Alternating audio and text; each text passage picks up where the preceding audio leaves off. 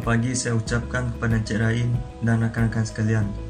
Nama saya Jeremy Emmanuel bin Kisui, memegang nombor matriks di 2018182349. Pada hari ini saya akan membentangkan tentang strategi berpusatkan murid.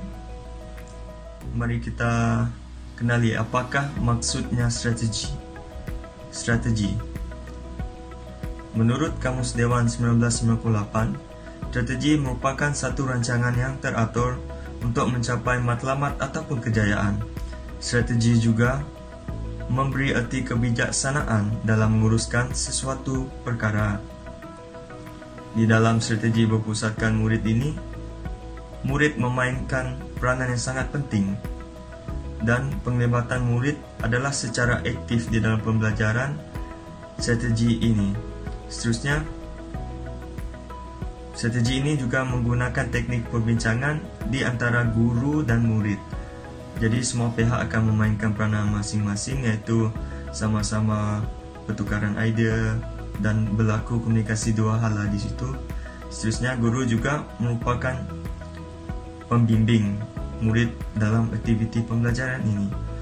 Seperti yang kita tahu, guru di dalam strategi ini, guru dia akan jadi mentor, di mana dia akan menjawab soalan-soalan yang diketengahkan oleh murid-murid dalam sesuatu topik di dalam pembelajaran tersebut. Seterusnya, ciri-ciri bagi strategi berpusatkan murid.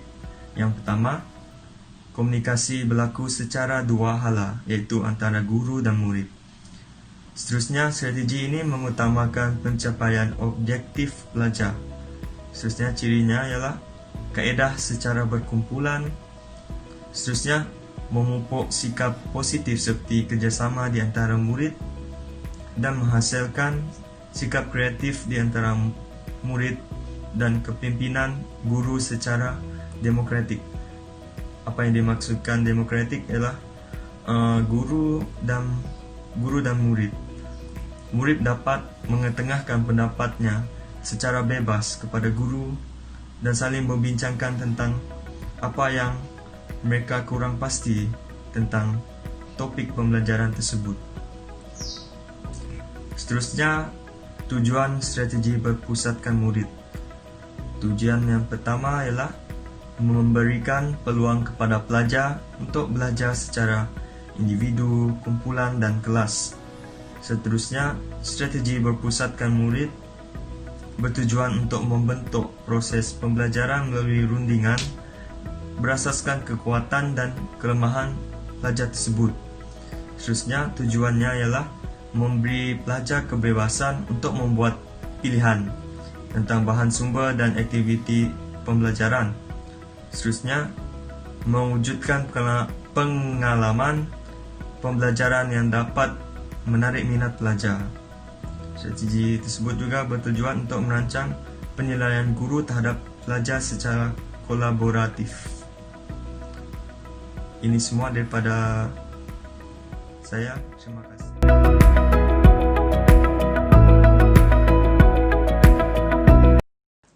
Assalamualaikum, saya Natasha Nur Suraya binti Musa. Saya akan menerangkan mengenai pendekatan. Menurut Kamus Dewan, pendekatan bermaksud cara atau langkah untuk memulakan atau melakukan sesuatu tugas. Konsep pendekatan bermaksud cara mendekati sesuatu, iaitu cara bagaimana guru mendekati murid dalam sesuatu pelajaran untuk mencapai objektifnya. Terdapat beberapa jenis pendekatan, iaitu pendekatan induktif, pendekatan deduktif, pendekatan elektif, pendekatan komunikatif, pendekatan tematik, pendekatan konstruktivisme, pendekatan misteri dan pendekatan konseptual. Kumpulan kami memilih pendekatan deduktif.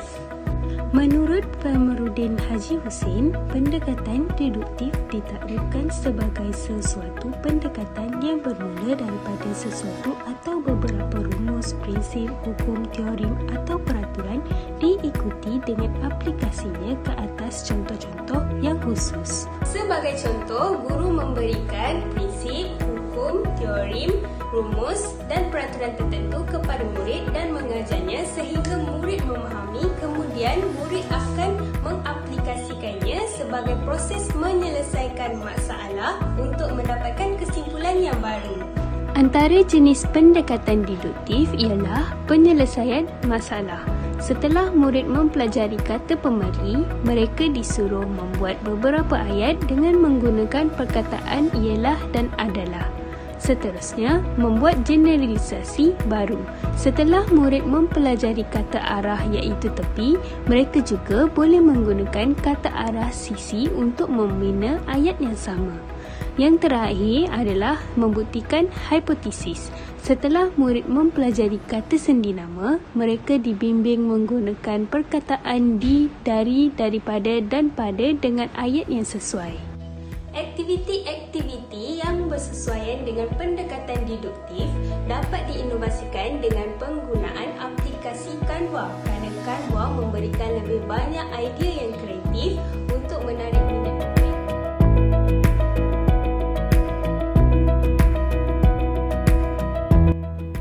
Hai, saya Fatin Asyafiqah binti Muhammad Fadil dengan nombor matriks di 2017-207-9900 daripada kumpulan kata tugas.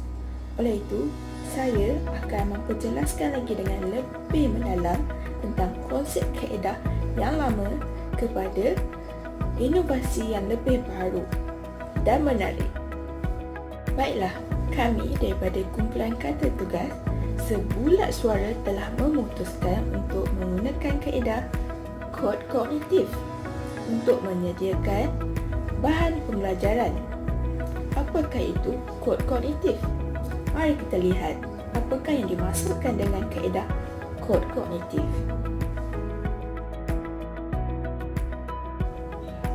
Sebelum itu, ingin saya senaraikan terlebih dahulu 8 jenis kaedah pembelajaran yang boleh kita gunakan untuk menyediakan bahan-bahannya.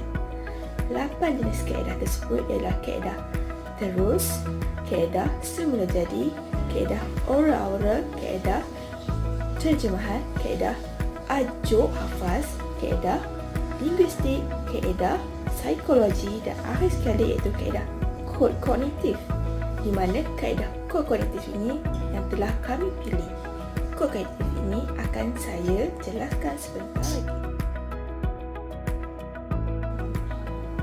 Berdasarkan pada 8 jenis kaedah yang telah saya senaraikan sebentar tadi, kod kognitif iaitu kaedah yang telah menjadi pilihan kami kerana kaedah kod kognitif ini mempunyai konsep yang memandang serius ataupun memandang kepentingan bahasanya dari segi kreativiti mental. Bila kita sebut tentang kreativiti mental, ianya berkait rapat dengan bentuk, makna dan juga warna.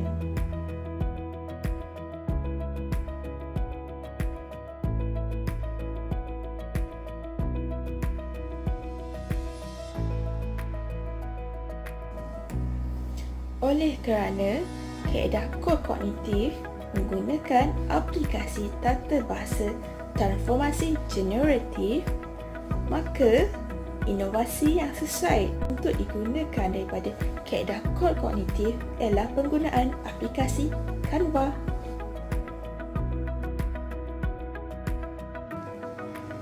Canva merupakan sebuah aplikasi yang dapat diinovasikan daripada kaedah kod kognitif.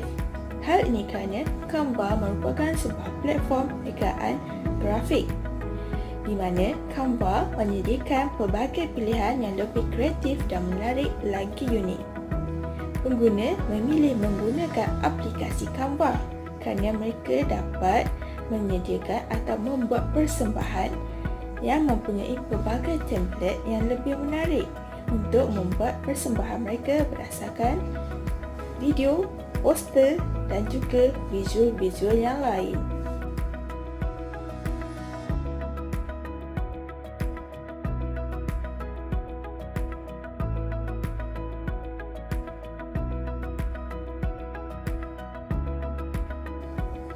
Canva memberi pilihan template yang lebih bervariasi mengikut rekaan yang lebih kreatif bergantung kepada tujuan penggunaannya. Baiklah, mari kita lihat cara-cara menggunakan Canva.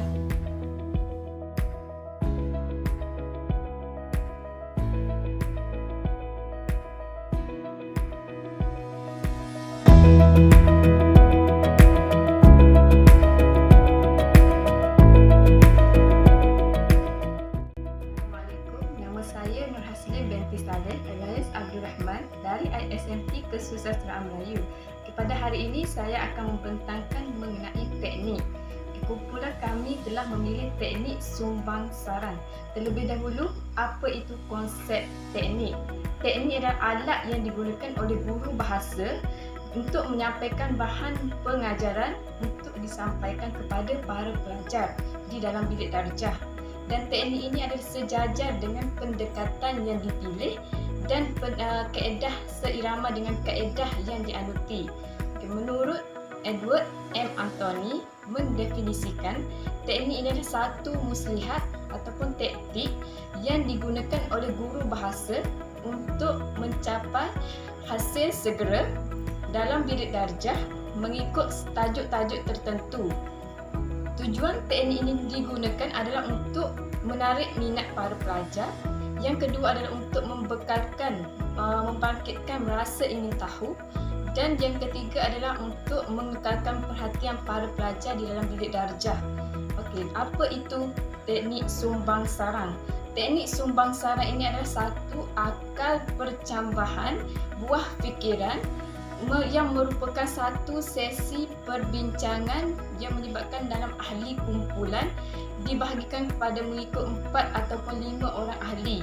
Dan ketua ni berperanan penting dalam setiap ahli itu untuk mengetengahkan idea-idea dan pendapat masing-masing mengikut tajuk-tajuk yang diberikan oleh guru di dalam bilik darjah.